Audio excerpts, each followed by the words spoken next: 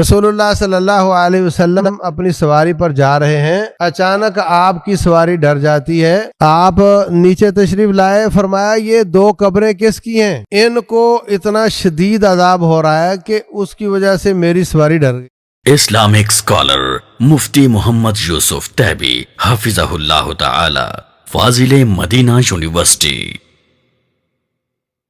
اعوذ باللہ السمیع العلیم من الشیطان الرجیم۔ قال اللہ سبحانہ وتعالی ولا یغتب بعضکم بعضا ایحب احدکم ان یأکل لحم اخیہ میتا فکرہتموہ۔ کوئی شخص کسی کی غیبت نہ کرے۔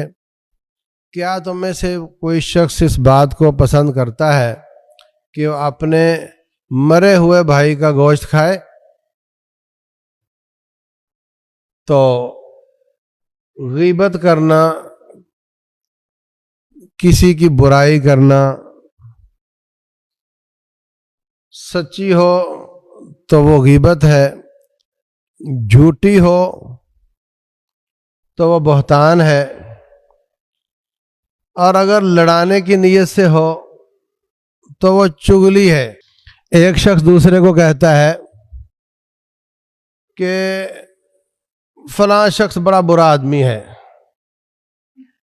یہ غیبت ہے۔ اور اگر وہ اس کو کہتا ہے کہ فلاں شخص تیرے خلاف باتیں کر رہا تھا، وہ واقعتاً کر رہا تھا، تو یہ چغلی، غیبت چغلی بن جاتی ہے، اس کا گناہ ڈبل ہو جاتا ہے، کیونکہ یہاں پہ دو مسلمانوں کو لڑانا بھی مقصود ہے۔ خالی برائی کرنا کسی کی، وہ چغلی ہے، وہ غیبت ہے۔ اور اگر اس میں یہ پہلو بھی ہو کہ اس سے ان دونوں کی لڑائی بڑھ جائے یا ہو جائے تو یہ چغلی ہے۔ رسول اللہ صلی اللہ علیہ وسلم اپنی سواری پر جا رہے ہیں، اچانک آپ کی سواری ڈر جاتی ہے، صحیح بخاری میں حدیث ہے۔ آپ نیچے تشریف لائے، فرمایا یہ دو قبریں کس کی ہیں؟ ان کو اتنا شدید عذاب ہو رہا ہے کہ اس کی وجہ سے میری سواری ڈر گئی ہے۔ وجہ اس کی ایک ہی وجہ یہ کہ وہ پیشاب پخانہ کرتے وقت اپنے آپ کو چھینٹوں سے بچاتا نہیں تھا۔ ہمارے ہاں بھی یہ بڑی سستی پائی جاتی ہے۔ واش روم کے پاٹ ایسے ہیں کہ ان میں بے احتیاطی کی جائے تو چھینٹے واپس آتے ہیں، تو نل کھول دیا کرو یا لوٹا بہانا شروع کر دیا کرو، پانی میں پیشاب گرے گا تو آپ بچو گے، ورنہ بچنے کی کوئی شکل نہیں ہے۔ قبر کا عذاب ہے اس پر۔ دوسری روایت میں ہے کانا لا یستتر من بولہ، پیشاب خانہ کرتا تھا تو لوگوں کی نظروں سے اوجل نہیں ہوتا تھا۔ آپ کتنے لوگوں کو دیکھا گاڑی کے ٹائر کے نیچے بیٹھے ہوتے ہیں، وہ دیوار کی طرف منہ کر کے بیٹھے ہوتے ہیں، وہ لوگوں کی نظروں سے اوجل ہو کر پیشاب نہیں کرتا تھا۔ اور دوسرے کا عذاب اس وجہ سے ہے کانا یمشی بن نمیمہ، وہ لگائی بجھائی کرتا تھا، ادھر گیا اس کے خلاف بات کی، ادھر گیا اس کے خلاف بات کی، ان کو آپس میں لڑا دیا۔ تو یہ بڑی خطرناک بات ہے۔ اور اگر لڑائی بجھائی مراد نہ ہو، صرف برائی مراد کو ہو، برائی کرنا اس کی برائی، تو پھر وہ غیبت ہے، فرمایا بھائی کا گوشت کھانے کے برابر ہے۔ رسول اللہ صلی اللہ علیہ وسلم کے پاس حضرت ماعز بن مالک رضی اللہ عنہ آتے ہیں، کہتے ہیں حضرت مجھ سے گناہ ہو گیا، مجھے پاک کر دے۔ آپ نے بار بار سوال کر کے جب یقین کر لیا تو ان کو لے کر گئے جنگل میں، چاروں طرف سے پتھر مار مار کے ان کو رجم کر دیا۔ واپس آ رہے تھے، سواریوں پر سوار تھے، دو صحابی آپس میں باتیں کر رہے ہیں۔ ایک کہتا ہے اللہ تعالیٰ نے پردہ رکھا تھا، کسی کو پتہ نہیں تھا اس کے گناہ کا، خام خواہ اپنا بھانڈا چوراہے میں پھوڑ دیا اور جانوروں کی طرح پتھر کھا کھا کر دنیا سے گیا ہے۔ اس سے اچھا یہ نہیں تھا کہ چپ چاپ رہتا اور نبی صلی اللہ علیہ وسلم سے بھی استغفار کروا لیتا اور خود بھی استغفار کرتا رہتا، اللہ اس کو معاف کر دیتا۔ رسول اللہ صلی اللہ علیہ وسلم نے ان کی بات سن لی۔ مدینہ آتے ہوئے راستے میں گدھا مرا پڑا ہوا تھا، مرا ہوا گدھا پڑا ہوا تھا۔ فرمایا دونوں کو بلاؤ، بلایا، فرمایا سواریوں سے اترو اور اس کو کھاؤ۔ کہنے لگے حضرت یہ تو گدھا ہے، ویسے زندہ بھی ہوتا تو حرام تھا، اب تو یہ مرا ہوا ہے تو ڈبل حرام ہو گیا، کیسے کھائیں اس کو؟ فرمایا یہ آپ کو حرام نظر آتا ہے، اور جو تم میرے ماعز کی باتیں کر رہے تھے اس کا گوشت کھا رہے تھے وہ ٹھیک تھا، تم یہ باتیں اس کے بارے میں کر رہے ہو۔ وَإِنَّهُ لَفِي أَنْهَارِ الْجَنَّةِ يَنْغَمِسُ فِيهَا، وہ تو اللہ کی جنت کی نہروں میں تیراکی کر رہا ہے۔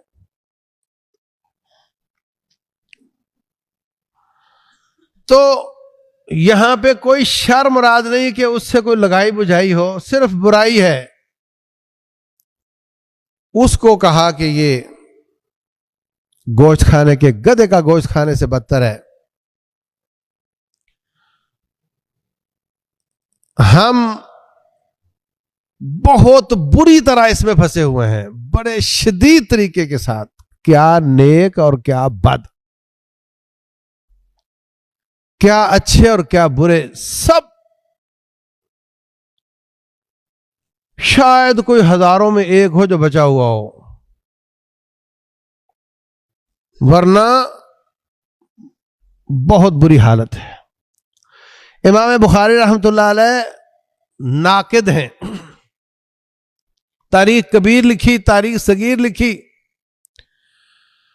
ان میں راویوں کے حالات لکھے، ضعیف کو ضعیف کہا، جھوٹے کو جھوٹا کہا۔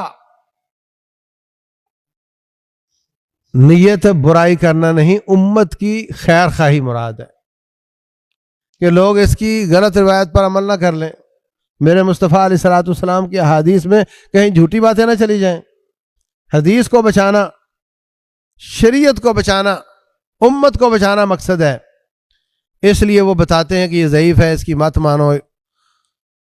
جہاں باقی محدثین یہ کہہ دیتے ہیں کہ یہ آدمی دجال ہے، کذاب ہے،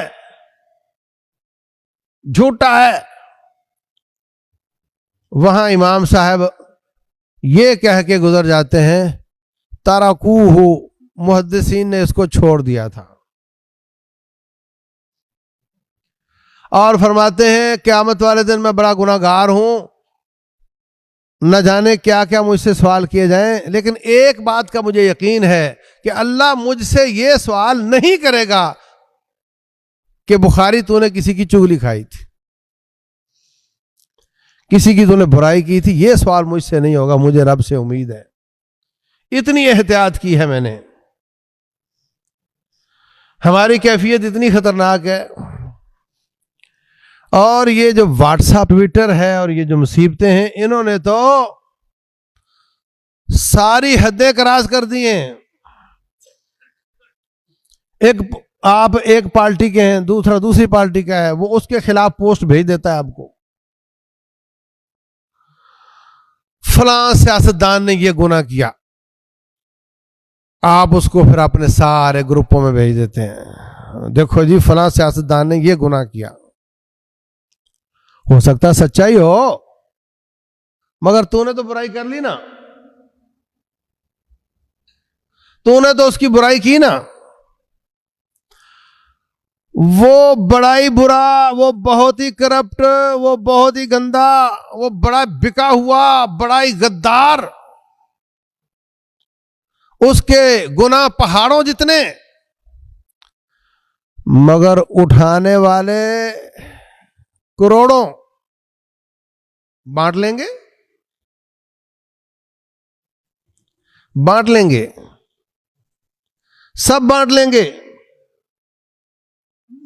اس کو ہلکا پھلکا کر دیں گے۔ ایسی مصیبت ہے، ایسی مصیبت ہے. پھر وہ باتیں اگر ہوں جھوٹ تو پھر بہتان ہے، اور بہتان کی سزا رسول اللہ صلی اللہ علیہ وسلم نے فرمایا کہ بہتان باندھنے والے کو اسکنہ اللہ فی ردغۃ الخبال، ابو داود میں ہے، اللہ تعالیٰ اس کو جہنم کا وہ پلاٹ عطا کرے گا جہاں سارے جہنمیوں کا خون اور پیپ بہ کر آ رہا ہوگا، اس میں رہے گا وہ.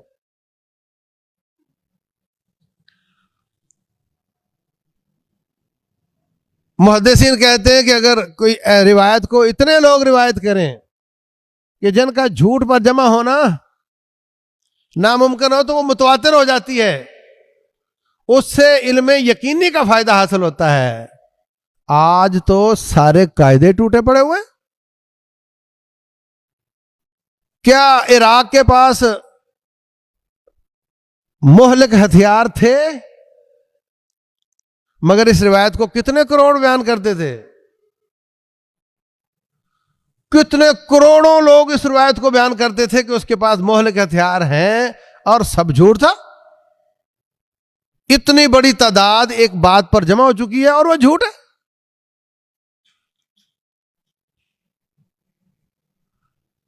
اس لیے اس میڈیا نے سارے حساب خراب کر دیے.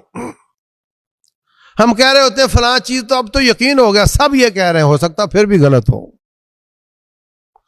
ہو سکتا ہے آواز کسی اور کی ہو اور شکل کسی اور کی لگائی ہوئی ہو سکتا ہے دھڑ کسی اور کا ہو، گردن کسی اور کی ٹھوکی ہوئی ہو اس میں، اور آپ کے پاس آتا ہے اچھا یہ اتنا برا آدمی ہے، یہ اتنی برائی کرتا ہے، دھڑ کسی اور کا ہے، سر کسی اور کا ہے، دھڑ بھی اس کا ہے، سر بھی اس کا ہے، آواز کسی اور کی ہے. اللہ المستعان. رسول اللہ صلی اللہ علیہ وسلم فرماتے ہیں مجھے معراج کی رات لے جایا گیا، جہنمیوں کی مختلف اشکال دکھائی گئیں. ان میں ایک آدمی تھا، فرشتے نے کینچی پکڑی ہوئی تھی اور اس کی باچھیں یہاں سے کاٹتا تھا، گدی تک لے جاتا تھا، اور پھر ادھر سے ختم ہو کر الٹے ہاتھ والی شروع کرتا. جب الٹے ہاتھ والی کٹ جاتی تو سیدھے ہاتھ والی ٹھیک ہو چکی ہوتی، وہ پھر اس کو کاٹنا شروع کر دیتا تو وہ ٹھیک ہو چکی ہوتی. قیامت تک اس کے ساتھ یہی سلوک ہوگا.